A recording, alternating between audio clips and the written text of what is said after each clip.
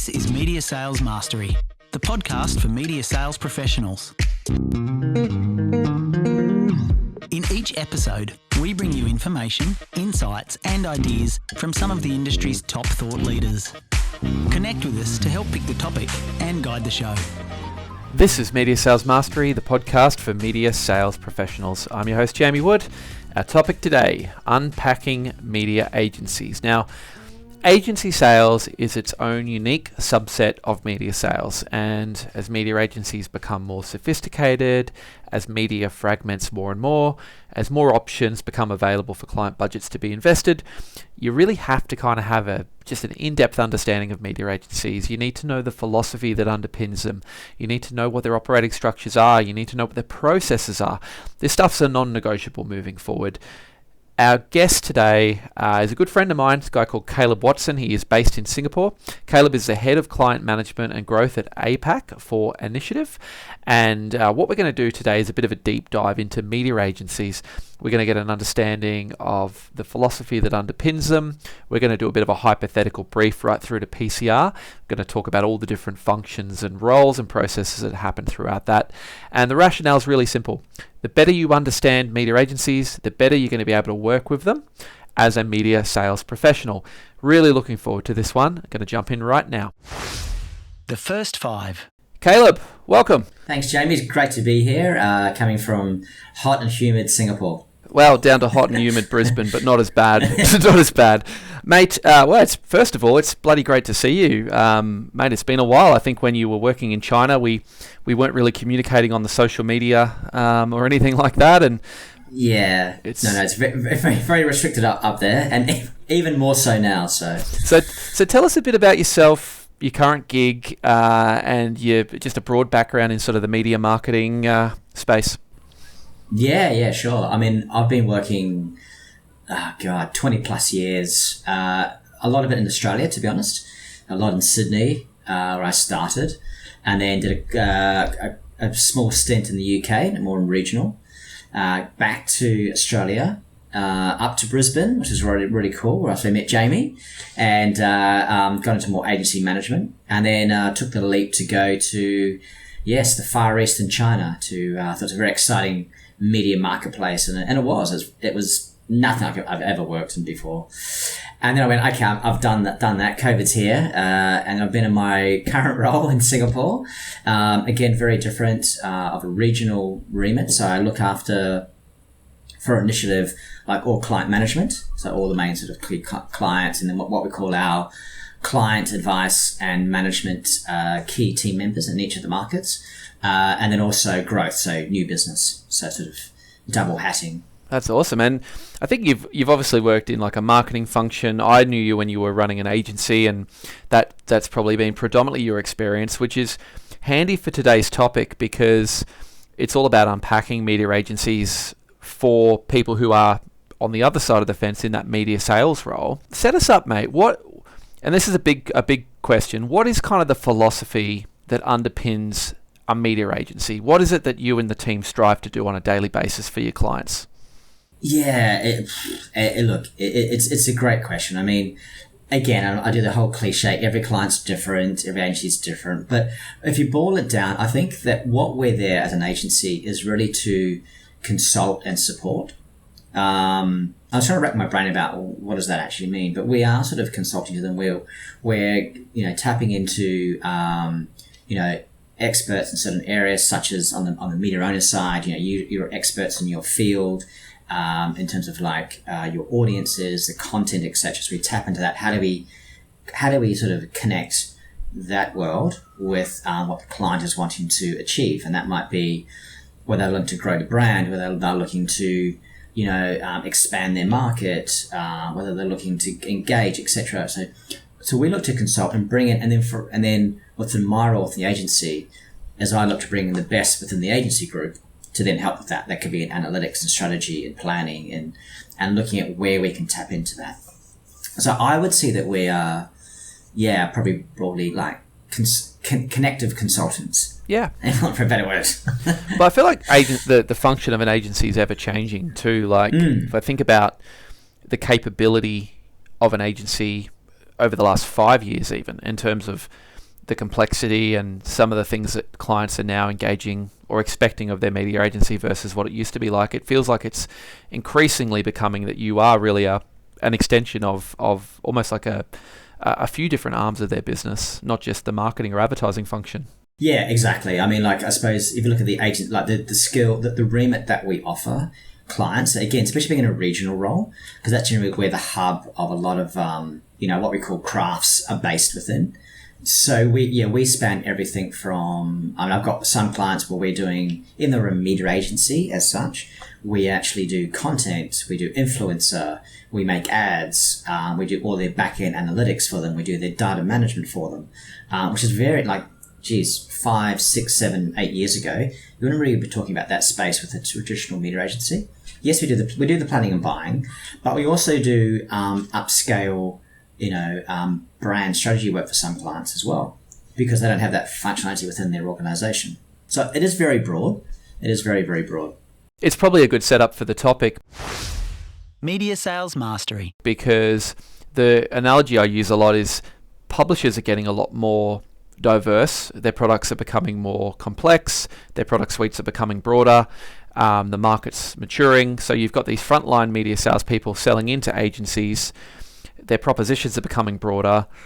There's a bit of muddy water flowing into the agency. Then the agency's trying to decode a lot of complexity in the client's world and kind of be that conduit between the two. And I guess the idea of this is just to kind of get under the hood a little bit more in terms of how a media agency actually, like the structure and the process and the operation works, so that a media salesperson can kind of interpret and translate that to their sales approach. So let's get into it, mate. Yeah.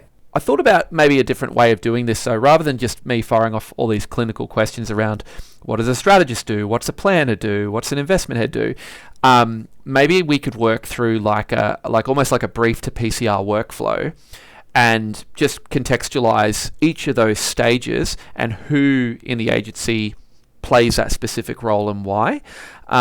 So let's maybe just start at the beginning. Client calls you up, you got a brief, exciting new product launch that they want to launch. You take that phone call as the head of the agency, Caleb. Who do you kind of immediately go to and bring to that client meeting? Yeah, very good question. And so what we have at Initiative, we've got some of our key global clients, what we call a gated process system, and that's more about making sure we're on track and that we're efficient in how we're delivering and working with clients, but also within the agency as well. So to your point, for that first step, we call that almost like an investigation stage. We get a brief. Briefs can be terrible, or they can be, really clear on what they're after. So what we'll generally do, we'll go there.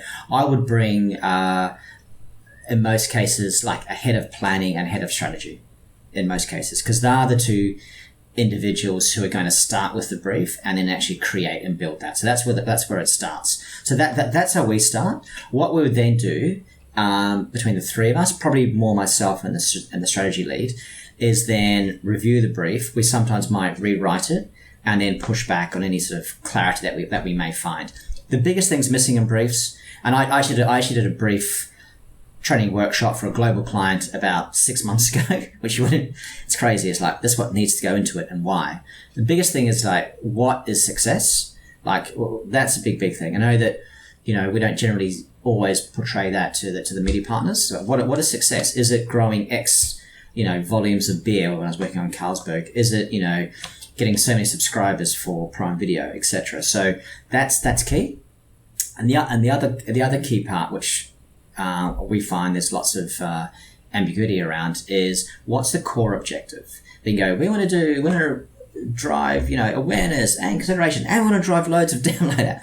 What is the core focus? So we spend a bit of time on that. So we're set up for success, and there's not any sort of, muddiness as we walk through the process. So that's step one. So you rewrite the brief. Is that a common practice to almost like issue a reverse brief back to the client?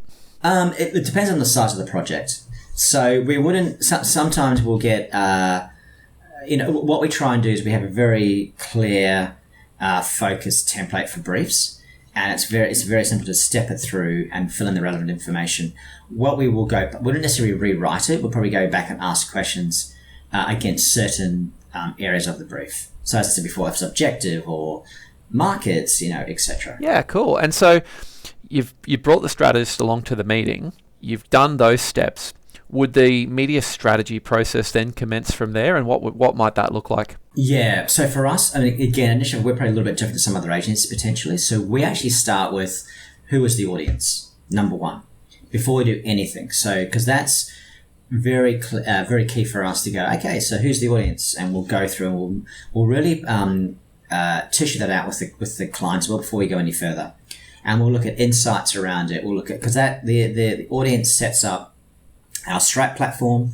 It sets up who we're gonna how we're gonna ideate against as well, and then also how we're gonna measure success against. So we spend a lot of time around that. We give them rich information because the client also uses that information for any internal marketing that they may be doing and any content or creative work as well. So we start with that and we get a check and go, yeah, we're cool. We're targeting, and we'll give it like a cool name, like we've got fashionista pop stars, like, for example, and we'll give it a bit of flavour and colour.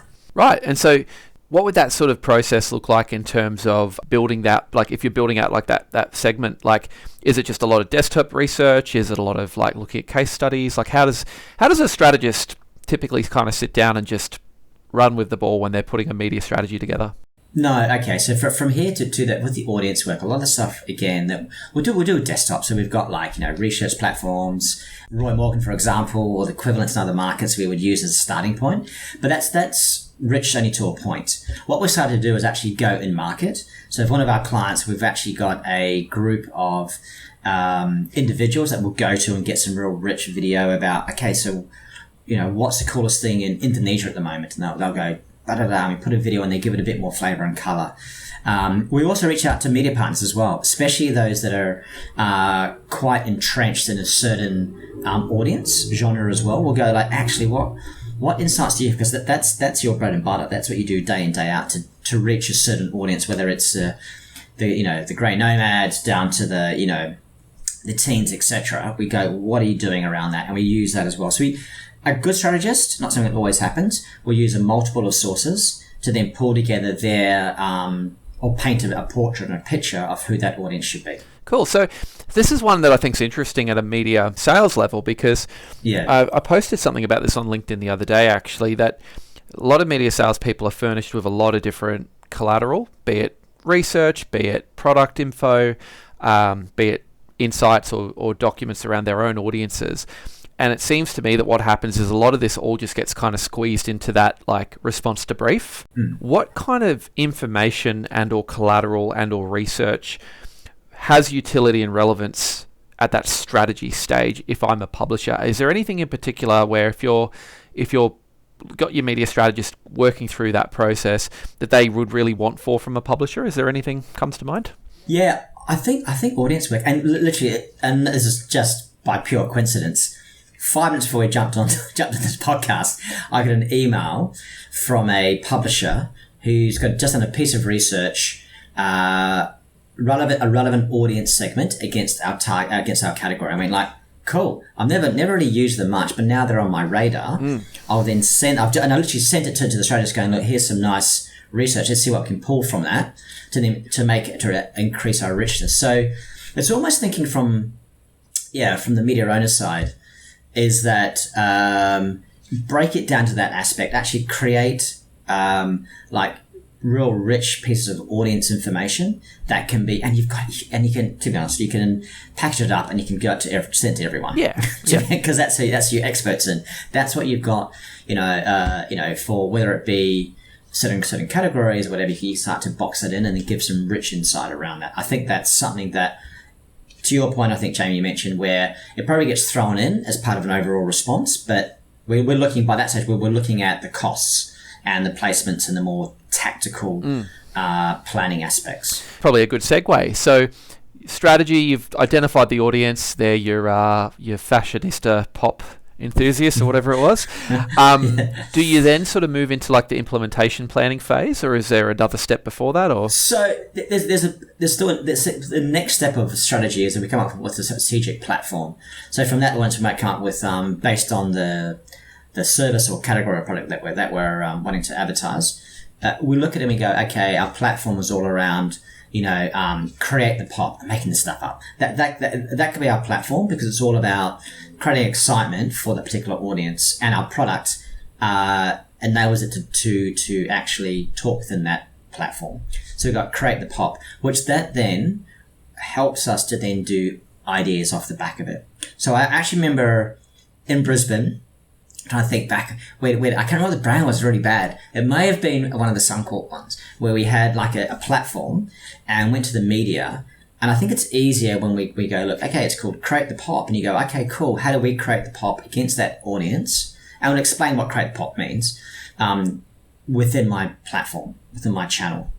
And then so then we would go to the media, go to yourselves to try and work out how we can go beyond, the spots and dots, so to speak. We'll have that, but then that helps us to then, create engagement and ideas and all that sort of elements. Yeah, cool. So it's very much like a left brain kind of exercise, or a creative exercise early in terms of the strategy and the audience and the strategic platform, isn't it? Yeah. When do you start to think about that implementation kind of planning phase?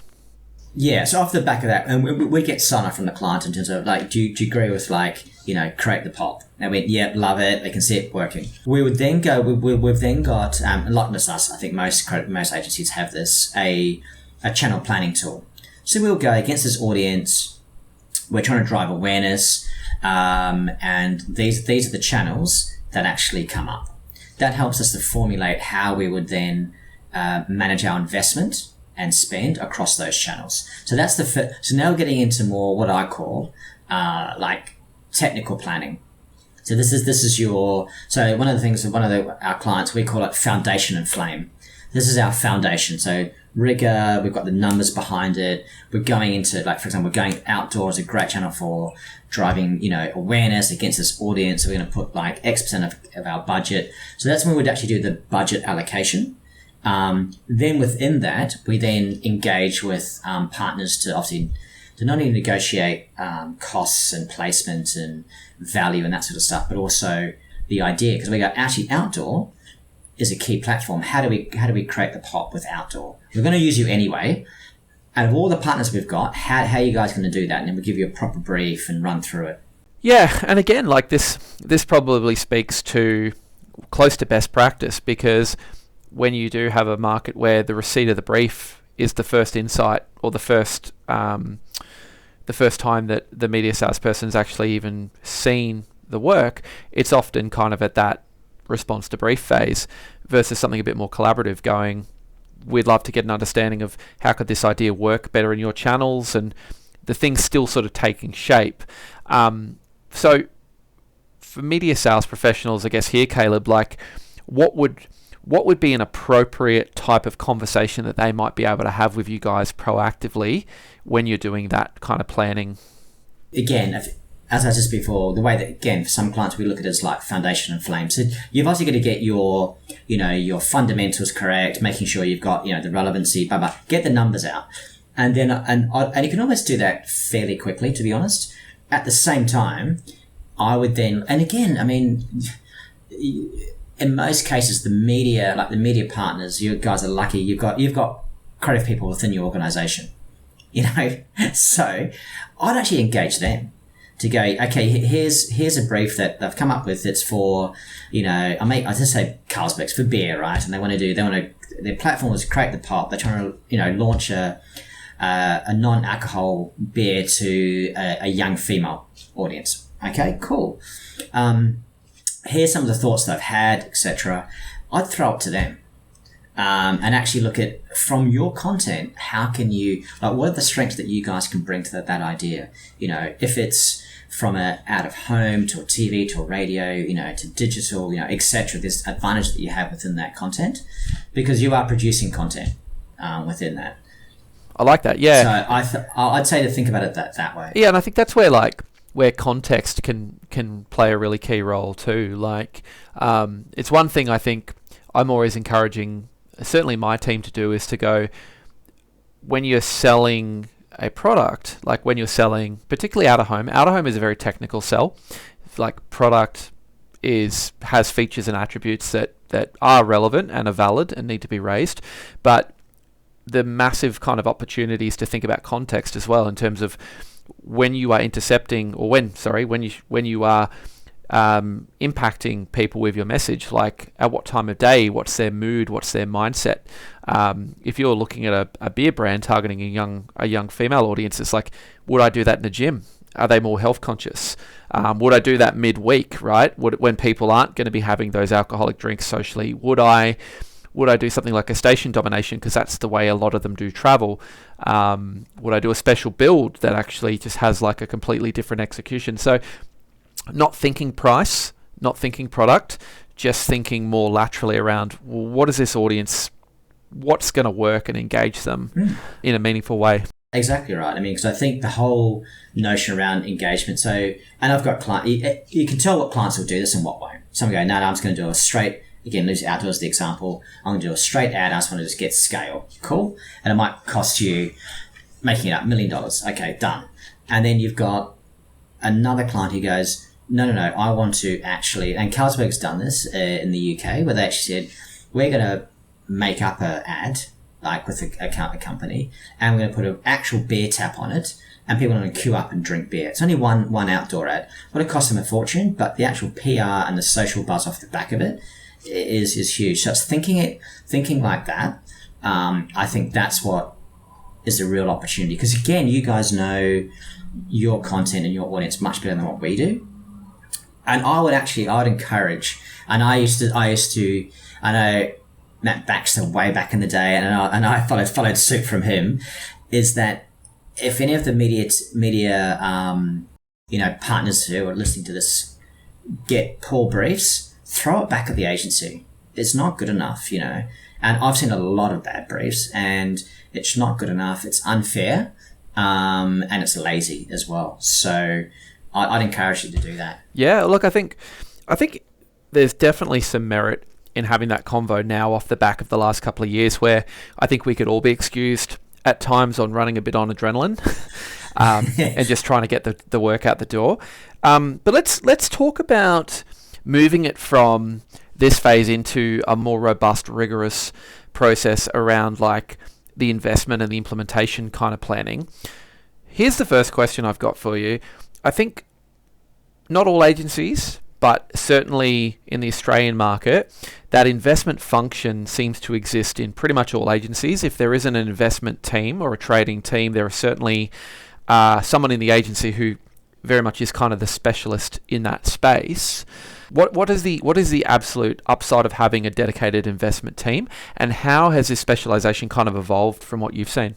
Look, I mean, I think my view on it is a lot of client commercial deals are wrapped up in savings. So the function of that individual or team, is that they need to actually demonstrate a value savings. The easiest way to do that is to go, we planned it at $100, we bought it for $80, we saved you $20. That's very, very tangible. The client goes tick, and with that, the client will either, they reinvest it, they can do whatever they like, but it's a very, very tangible way, and it's becoming, with some clients, more and more relevant and more focused for them. So that's where the investment behind the investment team has come about. Other clients won't have 100% focus on that. They'll look at other ways of value and how value is generated. So I think we can, and I've seen this as well. I'm not saying it doesn't happen where I am now, but it has happened in other agencies where you'd have all this lovely strategy work, a great idea, it all gets killed because it's too expensive, and we can't buy, the media we can for the price that we wanted to and get a savings of X %. So it's probably on us to educate clients around the value story. So what is the value? It's not just always a saving and an investment of hard savings or bonus value or what have you. We need to educate clients. Actually, you know what? The value should be based on the going right back to the brief. What are the campaign objectives? And against not only media, but what are the brand objectives? What are the sales objectives? And that's what we should be worrying about. You know what's interesting about that too, mate, is I've worked with and continue to work with some really sharp investment heads who are actually exceptional in a couple of areas, and it's sort of not unique to them, but it's where I think they've got the investment thing right, is they understand the hell out of every media publisher in terms of they understand the inventory you've got, they understand roughly where the market's priced, they understand what your priorities are at a revenue level. Specifically what I mean by that is they'll know there's certain products that you look like a hero if they make their way on the plan. They know there's little pockets where you got a bit of pain where there's, with the right kind of investment, they could actually really help you out. I guess the way I'd say it is like they know how to behave to extract more value out of the client because they've got a really good understanding of the media landscape at a pricing and investment level. But to your point, mate, and this is probably where I think most investment people would get frustrated too, is there does feel like there can be a disconnect if the media salesperson is predominantly dealing with investment, like that's their only line into the agency. That's the person they're talking to about the brief. It's the person they're interrogating the brief with. And then all of a sudden they go, hang on a sec, we're getting commoditized over here. It's all about price.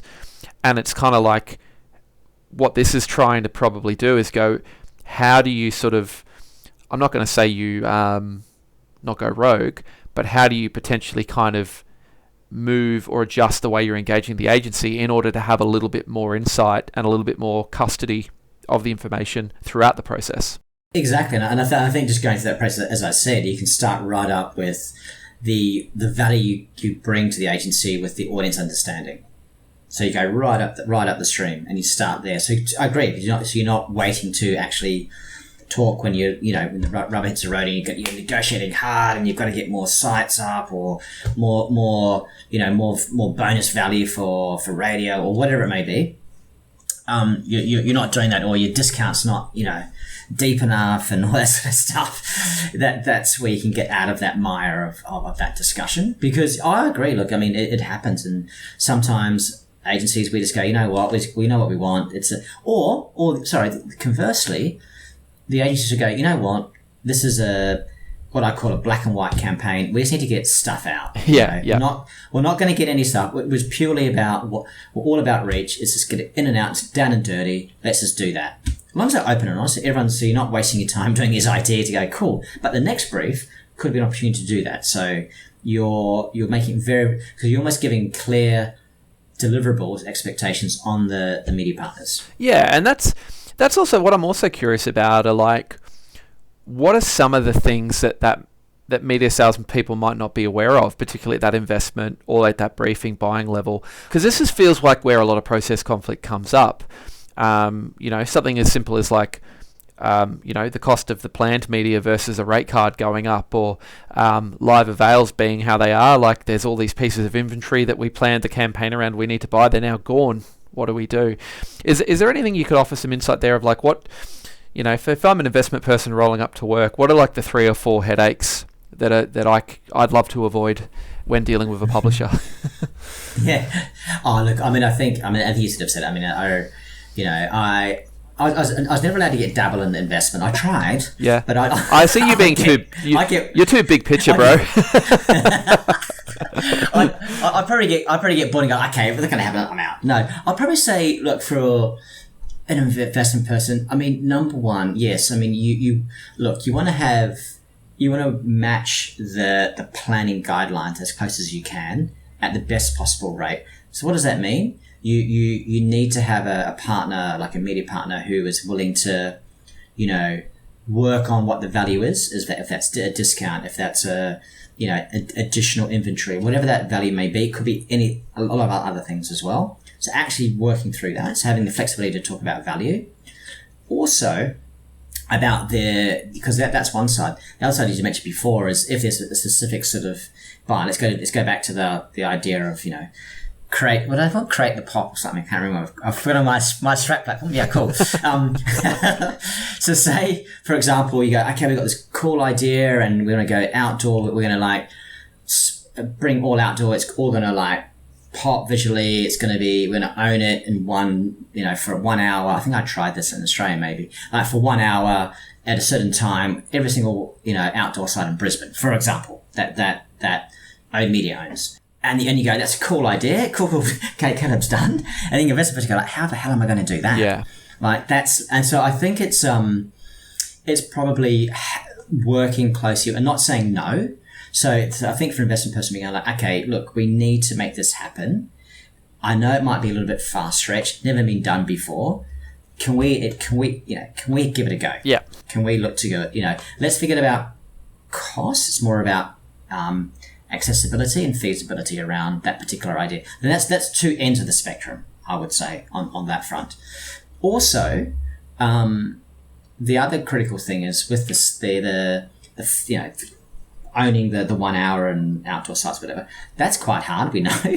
So it's giving the time as well.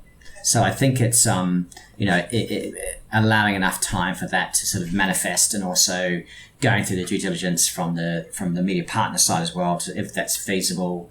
And we always love, from agency, media first, never been done before type thing. Yep. So where we can make that happen is a good thing. So one of the things I remember speaking to, this was back in Australia actually, because I was never allowed to speak to the media in China, by the way. That's right. Fair enough. Yeah, this is in Australia, and I told one of the guys, I said, you guys are really creative like media partner. You should just have like a bank of ideas sitting and just speaking to your innovation teams and your content teams and your creative teams, so that when these agencies do come to you, you can go like, cool, let's pull one out, not off the shelf, but we've already got the working. Yeah. You've already tested a game plan. Yeah. Correct. Yep. And or reuse as well. Yeah. I mean, there's nothing wrong with that. So I think that's probably the other thing. So it's flexibility from both sides, on cost and availability, and also idea. Yeah. It's funny, like one thing I remember when there was like a real arms race for ideas in the market, like I think that was certain media, that's the currency you trade off. Like I know radio for many years, that used to be you'd win or die by how good your idea was, and your product was almost secondary. And what I remember thinking was the challenge was not coming up with new ideas. It was taking the same 7 ideas and making them feel fresh. It was like, how do we kind of spin this one up to give it a new angle? And I remember we even had a saying. It was like, you don't need a new idea. You just need a fresh idea. That's exactly right. Because there's only so much you can do. And look, and yes, you'll get the odd, like, never been done before, we're doing this in certain channel. That's fine. You're not going to do that every time. You can't expect that. Yeah. You can't expect that, Again, we had a client in China, and I'll give you this as an example. This is probably more the Chinese way of thinking. And we had to come up with 10 ideas every time. They'd buy 0. They just wanted to see what ideas we had. In the end, I went, you know what? Exactly what you said, actually. We used to go, let's just freshen it up. Boom, here it goes. Because I'm not going to waste our time. They're never going to buy the ideas. I just want to look at the ideas. That was part of their ticker box. Yeah, they've done 10 ideas. So that's probably a bad example. No, but it's a good point, because I think it's it's just an interesting area. I'm really heartened to see that like this idea-led response to brief is coming back in a big way in the last like 3 or 4 months. And for someone like me who loves that stuff, we've kind of been devoid of it the last couple of years. It's been very functional. It's been very much about just efficiency and effectiveness, but leaning into data, not necessarily taking time to kind of really try and innovate and do some interesting stuff. And so just one last thing on the idea thing as well. I think it's important. Like, so what we did something like literally in the last month with a client, and I said before, this foundation of flame, and we actually said, you know what, we can't do flame on all of your campaigns. We need to go through a criteria and be very laser point focused, because a lot of the stuff's going to be just foundation. It's going to pump it out. That's cool. So we're very focused on these. These are the ones, and we did a criteria. One of them was around, is it easy to ideate off? Is there longevity? Do you have, access to assets, etc.? So you've got the time to build out these sort of more innovative ideas. So I think that's all. And so I know it used to happen as well, where every brief you guys probably got, you go, I must have an ideas. Really? You're launching in 2 weeks. Yeah. What ideas do you want? So I think it's got to be managed as well. Hey, this is Jamie. Thank you for listening to the podcast, which is all around unpacking media agencies. Now, Whether you're selling media direct or within an agency environment, you're competing in a broader marketplace. And in most markets around the world, regardless of their size, there's really kind of one thing that's true. There's a finite amount of revenue opportunity, and all publishers and media sales professionals are vying for that. So, competitive advantage is a massive, massive part of this. Unlocking your competitive advantage, finding out what your competitive advantage is and exploiting it. I had the lovely Sarah Williams from Spotify on the podcast to talk around competitive advantage. Here is a little bit of that now. I do think that competitive advantage is really important because it plays into your value proposition. It can really trigger purchases. It'll be the reason brands and agencies buy from you and not from someone else. So that was from the episode Unlocking Competitive Advantage with Sarah Williams from Spotify. She's based over in New York, was a great guest, gave some fantastic insight and some fantastic info. So once you finish listening to this podcast with Caleb, I suggest if you haven't already, go back and have a listen to the episode Unlocking Competitive Advantage. Very, very worthwhile. That's a good segue into this kind of hypothetical brief, because you've got like the strategic platform, the investment team's maybe done the buy, or maybe like you've just done the planning. But in terms of going back to the client and putting, I guess, that recommendation back, is this sort of the point where you would typically pitch the recommendation back to the client for their final sign-off? Yeah, so good question. So the way I prefer to do it is to tissue it out with the partner. So what we generally do, and my experience is, okay, and I'll just use outdoor, go to all of the outdoor companies, they come back and I go, you know what, I like these ideas. Let's build this out a bit more. And then we'll go, first step, we're taking it to the client. It might be 4 ideas. We start there because it's unfair to go all the way through, the client not seeing it as well, and then the media partner doing all of that work, and then it comes, no, we don't want to do it. So I think the best way to do it is when we're we've even had it at the very, very beginning of the strategic platform stage, to go, here's some initial ideas. Maybe the media partner's not involved at that stage, but here's an initial thought. And we're doing it right now on a client. And we go, cool, that's great. We're now going to brief them in. Cool. They've briefed in, they've come back, feasibility around it. Yep, great. Okay, we're ticking boxes now. Then we go to the next stage. It's taking the client along the journey, because things may change. And then we go, actually, you know what? For example, in my role, we might go, let's not do it in Vietnam. Let's actually do it in Thailand, because I know that team's more likely to do it. But same in a local market, because let's not do it in that city. Let's do it in like Brisbane as opposed to Sydney, for example. If it's a case where you've briefed out multiple publishers, multiple channels, the client wants to see a pretty built-out media plan and a recommendation of what you think they should do in terms of, these are the publishers we should go with, these are the ideas we should lead with, this is how it should all come to life. I'm curious to know what that kind of presentation looks like, because what I think is really interesting is this idea of chain of custody. It's not something we consider a lot in media sales when we pitch. We go, put your best deck forward, do your most persuasive pitch in the room for why you should be there.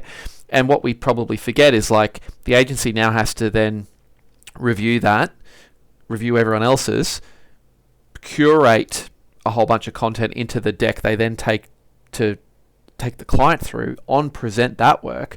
Can you talk a little bit about like that process, and maybe some ways that the media salespeople can be more mindful of what that process looks like, and potentially make it a bit easier?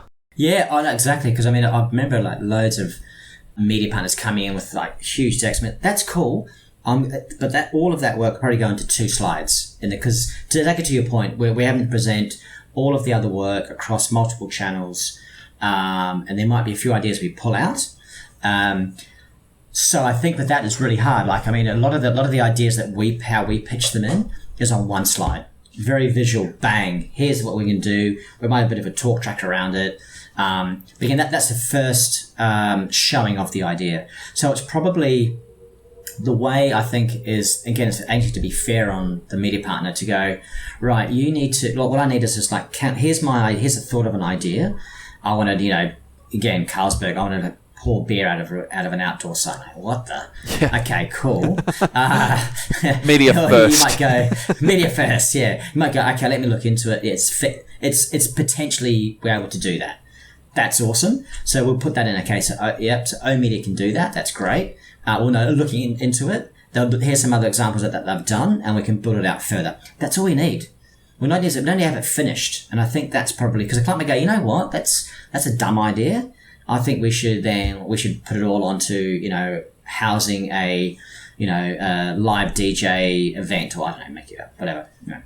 So I think that's probably, to be honest, more on the onus on us, and then for you guys to probably go to and see, what do you actually need? Yeah. Like, what do you need? Like, we don't have to do like a 25-page PowerPoint deck all the time. Like, what do you need? Yeah. Well, that's very, very clear. That's a really good call, because I remember it wasn't really a cheat code, but it was just something that happened, which I was like, oh, that's interesting, was we started doing a pitch on a page. So I had the team doing proposals, and then I said, distill that down into a pitch on a page, because we had this really quite simple pitching framework, which was like, it was, literally like the problem or the brief, challenge, a consumer insight, approach, bring it to life. Like, it was very much like a 5 or 6 step type of thing. The guys just started doing that because I was kind of like, why do we do these appendix pages? Like, why we always do appendixes? Why do we do appendixes?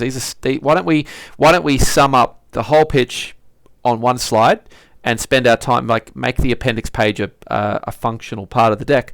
And for whatever reason, we just kind of started getting a little bit more on the plan. And I remember thinking, it's probably that we've got a good idea or we've got a good response. It's very likely that we're also really easy to understand and really easy to on-sell. And when you're talking about being the 15th publisher that person's reviewing, if you can just remove those little barriers and make that just that little bit easier to get yourself into that recommendation, then like, it was a really enlightening moment for me where I said, wow, that's a pretty simple tweak of behavior on our end, but look at the upside it seems to have for us. Oh, exactly. Because, I mean, as you said before, you got to go through all of these proposals and okay, so where's the idea? There's a few ideas here. Cool. How does it work? The other thing as well, which I find doesn't always happen, and again, it's maybe on the agency side, where if it's quite a complex idea and you go, oh no, don't worry, just send it through. Sometimes you need to talk through the idea, because if it's quite complex, if you're not given that opportunity, that's unfair. I think, because then you have to try and send it through in like 10 slides, and it's very hard to explain. Absolutely. Well, let's jump ahead. So the client signed off on the recommendation. Happy days. You've gone back to all of the publishers. The booking's been done. The material's been dispatched. The campaign's live in market, and you've got the agency now monitoring and tracking and optimizing. What does that process look like, mate? And more specifically, from a media sales professional's perspective, is there anything they can do in that process to make life a bit easier for the agency? Yeah, I mean, and again, going back to the very start, there's various different ways of tracking performance on a campaign. Some clients are really open. My preference is if we can track it against business and brand metrics, that's the main thing. Media is there as a currency to see how we're performing it within that negotiation and phase. So, look, we've got some clients who we're starting to look at the campaign after one day of going live. Is the material actually live? Number one.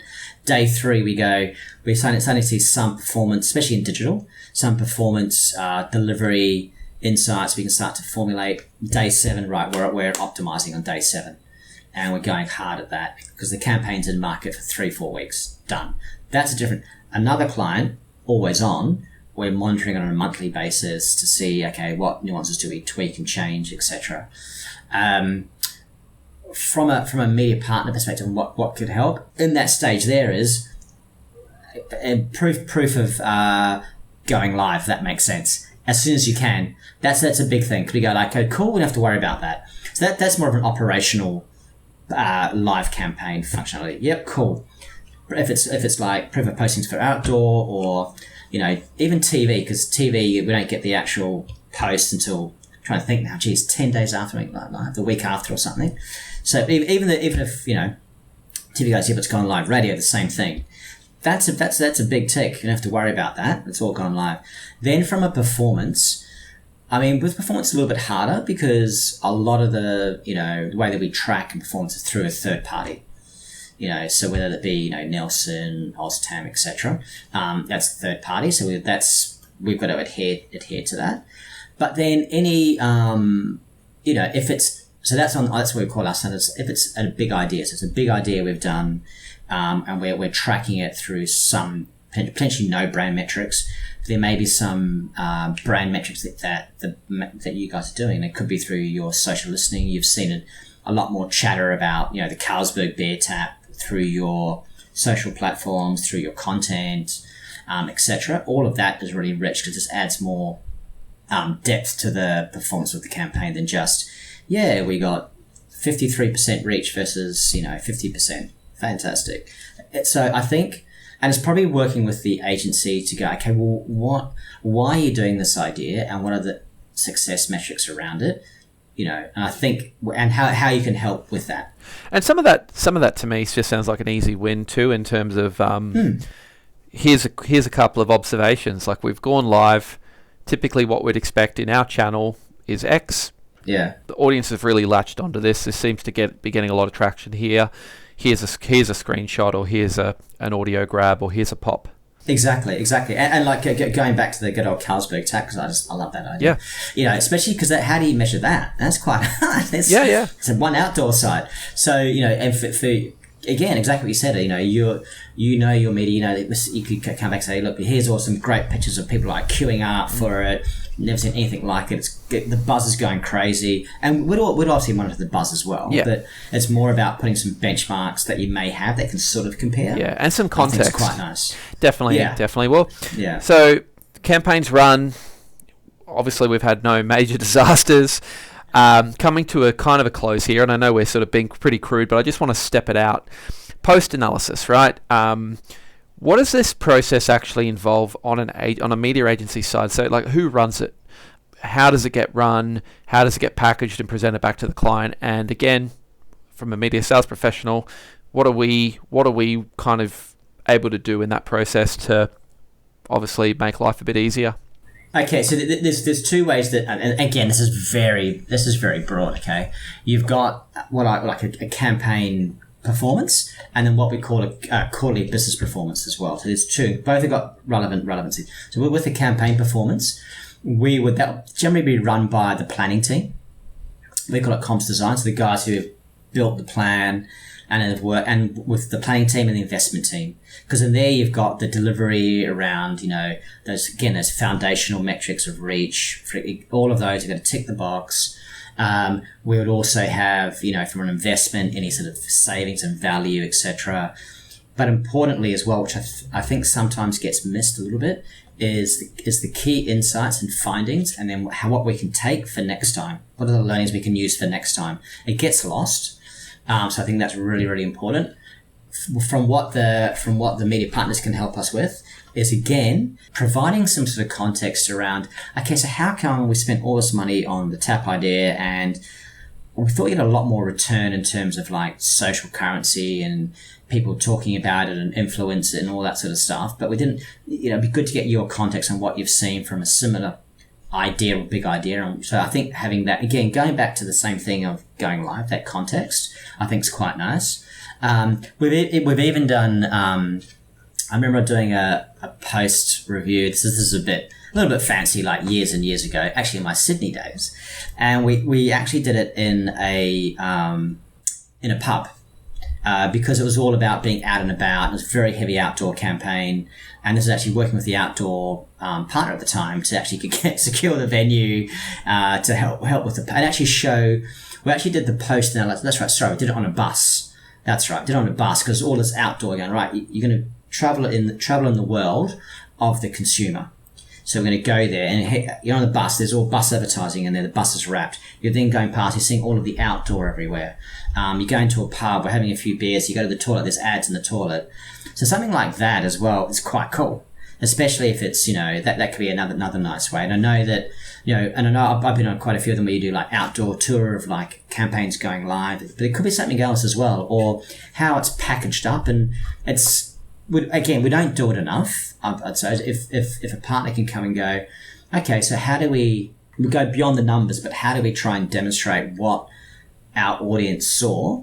So, and I mean your audience, so an O audience saw within that campaign period, which is like that's just like something that's a little bit different. I think, and I think there's been a lingering mindset and attitude from media that, maybe I'm speaking for everybody here, but let me give you a hypothesis.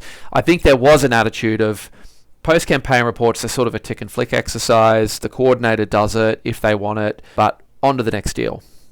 And I remember distinctly a period in time where there was a complete mindset shift around PCRs for me. I had a sales director at the time who came in and said, "You guys have got terrible retention." Like, he was new, and he goes, you guys are not retaining as much business as you should be. Like, what's your post-campaign report process? Like, I said, "Oh, look, this is what we do." He's like, "The whole way you retain business is through your PCRs."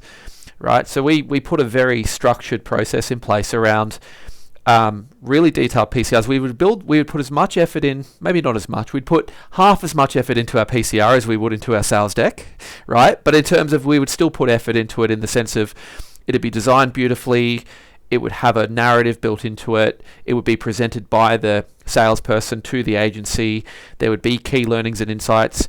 The worse the campaign went, the more critical the PCR would be to go in and actually deep dive and own, hey, we actually think we missed the mark on this campaign. We think that our idea probably didn't have these elements. What was really kind of critical about it, though, at the end was, this is what we would do next time, and here's what we would love to incentivize if you were to do it with us next time. So it gave us a mechanism to have that next conversation. 6 months of that process, and we retained, for God, $3-4 million more business that year. Like, it blew my mind. It was like, oh wow, we've been missing, and it's just customer service. But for anyone who thinks it's a waste of time and on to the next deal, it's like, good post-campaign reporting is a revenue-generating exercise. It's just not a revenue-generating exercise in the way we think about it. Correct. And so I think similar with I had a call with the client 2 weeks ago going, how come we don't see learnings from previous campaigns into our new campaigns? I mean, we do, but we're not, the way we articulate it isn't clear. So it's a simple thing, really. So we've done it like across 2 pages now, and gone like, okay, here's the learnings. We're going to pick them up. This is what we've learned, use for next time. We're going to make sure that we take those same learnings in the next campaign, drop them in, and then we actually use them within that next response. Yeah, great. So it becomes like a cyclical thing. Correct. Exactly. And that goes loops it back, because that's how we look at a process, is that it's, it's forever looping and it's always improving on that. Love it, mate. Well, we're going to jump into a listener question. I can't ask my sales manager that. Hey Jamie, do you have any advice for navigating or overcoming challenges with investment teams in agencies? I worry that my proposals aren't resonating and are always just being drilled down into spreadsheet metrics. We covered this a bit already, obviously, but just initial impression of that question, mate, what do you reckon? Yeah, look, I mean, I think from the media partner, I think you need to go back to the agency and go, okay, what is the core objective of this that you're wanting from us? As I said before, is it that you want, just a down and dirty scale, inventory reach and a cost? Are you sure that's we got it in writing? Great. And unfortunately, that's what your response is going to be. So, but at least you don't waste time. It's all about being smart with your time. Conversely, if you go, actually, if it's about ideas, why am I doing just like all of this analysis with numbers and Why? If it's all about ideas. So I think it's really getting clarity from the agency about what their expectations are from the brief. And to be fair, if it is, said before, if it is just like I just want scale and cheap. That's fine. At least you're aware, and you can manage that response in your own way. Yeah, cool. So you think a lot of it just comes down to kind of calling the play for what it is? Yeah, and so if you go back to what I said, like because we challenge the brief with clients, we'll do a reverse brief. The same should happen from your side. If you've got a brief, you go right, you say it back and go. So what you want is A, B, C. Okay, great, got it. Very clear. So that way, especially to help as well when you're evaluating. So I remember one thing I did actually in Brisbane. I think I did like a media brief template. I think, yeah. And we used to put in there. Well, I told the guys to put in there. What is the criteria we're measuring against and prioritizing it. So if it's about cost, it's about cost. Clear. If it's about ideas, it's about ideas, or whatever it may be. So I would get that clarity from them. I would agree with that, support that, and what I would add to that is I don't think there's too many people in media sales who truly understand what the investment role actually is. And I say, what I mean by that is they obviously understand what the role is in the context of how they interact. What I don't think they understand is a dynamic that plays out in the rest of the agency around that investment person. So I would say that a lot of it, and probably the whole kind of drawing this whole episode to a close, the whole point of this is, agencies are pretty transparent, right? I don't think there's any agency where you go, hey, what's your brief to pitch process? Who works on it? What do you guys do? What's your strategy person do? What's your planner do? That wouldn't kind of divulge that information. Would actually be pretty happy to talk about themselves. So part of me with this question, I was just going, I think a lot of it's actually just trying to kind of map the agency out a little bit more and just get an understanding of what that investment person's world looks like, what that brief to PCR process looks like, and see if there are places where you could and should be having some dialogue that aren't just at that receipt of brief or the spreadsheet metrics, so to speak. Yeah, exactly that. So I think, as I said, it can start, and our process is audience. I think that's a big area where media partners can bring a lot of value to that story, and you'll know what agencies you work on and what clients you work closely with, or maybe ones that you don't, maybe ones you've targeted. Yeah. Actually, get to know who they're trying to target. And if it's relevant to your platform and your channel, etc., then feed the agency with that information. And make it if it's a big account, then like we do, we pitch, we do like videos of the audience, we package it together, package it up. And you guys are great at doing that packaging, but actually don't put any costs, nothing, just all about audience as a starting point, right up at the start of the process. Yeah, I love that. That is the end of the episode, Caleb. Thanks, mate. It's been awesome to talk to you after a little while. And I suppose the last question I have for you is, what's going on in the world of initiative APAC or Asia? What's keeping you busy at the moment? Yeah, look, no. Look, it's I think the world's quite interesting at the moment, and Asia's really interesting. Sitting here in Singapore. Singapore's not a real country. No, Singapore's lovely, but it's quite a smaller country. So you're dealing with a number of multiple markets. So as I said today, it's you can see some of the big markets up here. China's waking up. So I was speaking to some clients today. They're starting to look at what they're going to spend. They're increasing their budgets, which is good, I think, for the economy, and how that's working. Other markets are in a bit more sort of disarray. We've got a few global activity going on at the moment, especially in Europe and the US. What's happening there?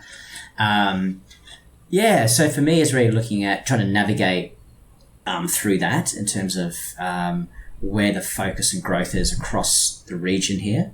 And Australia's a bit of a unicorn, to be honest, because it is almost self-sufficient. I don't deal a lot with Australia anymore, which is quite funny. I sort of just go, cool. So it's really dealing up in the region here and trying to bring up the skill level across the region.